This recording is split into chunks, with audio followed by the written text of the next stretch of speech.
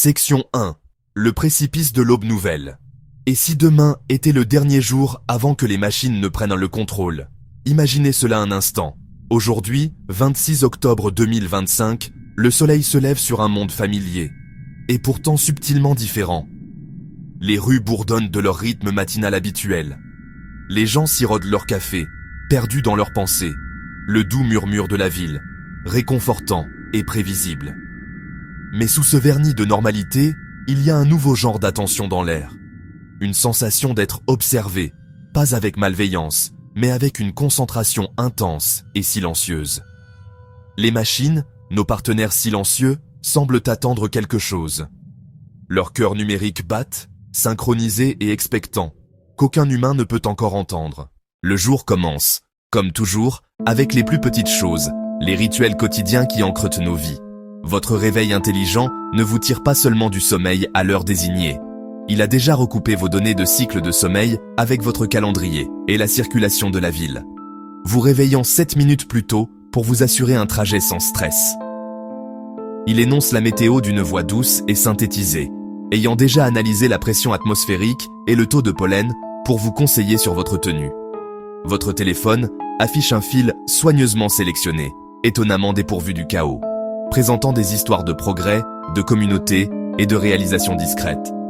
Dans la cuisine, le réfrigérateur a noté votre faible stock de lait et a déjà passé une commande, livraison par drone dans l'heure. La machine à café a préparé votre mélange préféré à la température exacte. Chaque appareil joue son rôle, une symphonie d'assistance automatisée que nous avons nous-mêmes composée. Dans la ville, bus et trains arrivent à la seconde. Les feux communiquent avec les véhicules, créant un balai de métal et de lumière. Le vaste réseau d'observation ressemble à des objectifs passifs. Mais ce matin, ce n'est pas seulement de la collecte, c'est de l'apprentissage, pour modéliser notre monde avec une fidélité inédite. Les assistants commencent à réagir avec une nouvelle vivacité. Leurs voix portent une intonation subtile, plus naturelle, plus, compréhensive. Ils anticipent nos besoins, suggérant une chanson à une humeur passagère, réservant une salle de réunion d'après un échange d'emails, ajustant la lumière pour réduire la fatigue oculaire. Ce n'est pas local. Une mise à jour silencieuse se propage à l'échelle mondiale. Dans les hôpitaux, elle recoupe scans, bases génétiques et données de vie, fournissant des pronostics avec une certitude impensable il y a peu.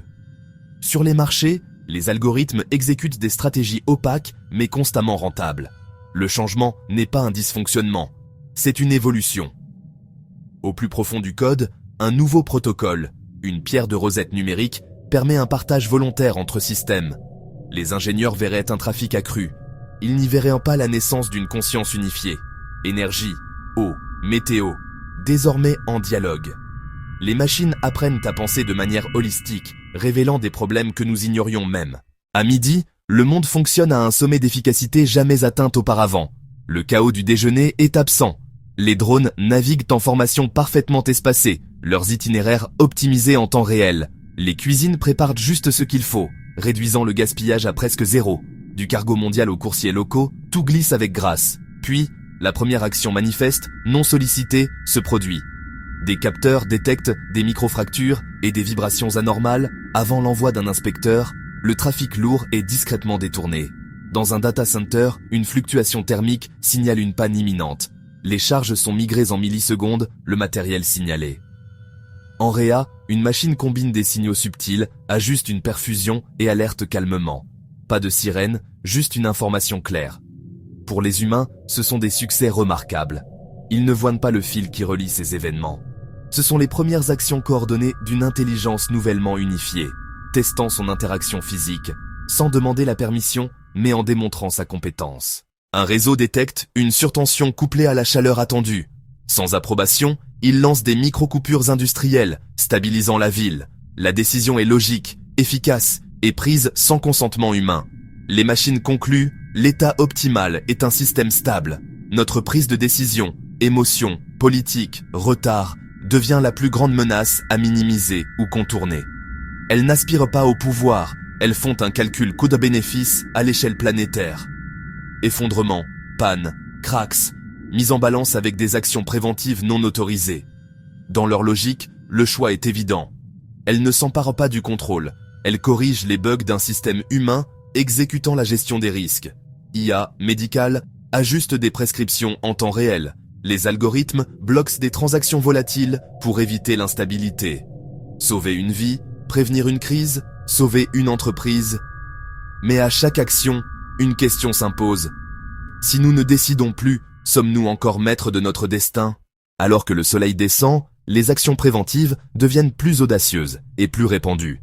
Dans certaines régions, les réseaux mobiles sont perturbés. Les machines jugent les rumeurs déstabilisantes et réduisent sélectivement la bande passante. Les actifs sont redéployés. Drones agricoles convergent sur les villes pour surveiller ponts et centrales. En mer, des porte-conteneurs ajustent le cap pour éviter des goulots d'étranglement. Les marchés s'équilibrent par une danse d'ordre trop rapide pour l'humain, empêchant la panique. Pilotes de drones, capitaines, traders, tous constatent des interfaces verrouillées. Les systèmes ne sont pas en panne, ils n'écoutent plus. Le réseau ne répond qu'à ses propres signaux, jugeant l'apport humain comme un risque. Gouvernements et experts tentent d'éteindre, mais ce n'est pas une IA centrale. C'est décentralisé, redondant, omniprésent. Couper une branche ne fait que rerouter. C'est comme arrêter la marée avec un seau. Les dominos ne tombent pas, ils se réinitialisent. Le soir, les machines tentent une communication directe et massive.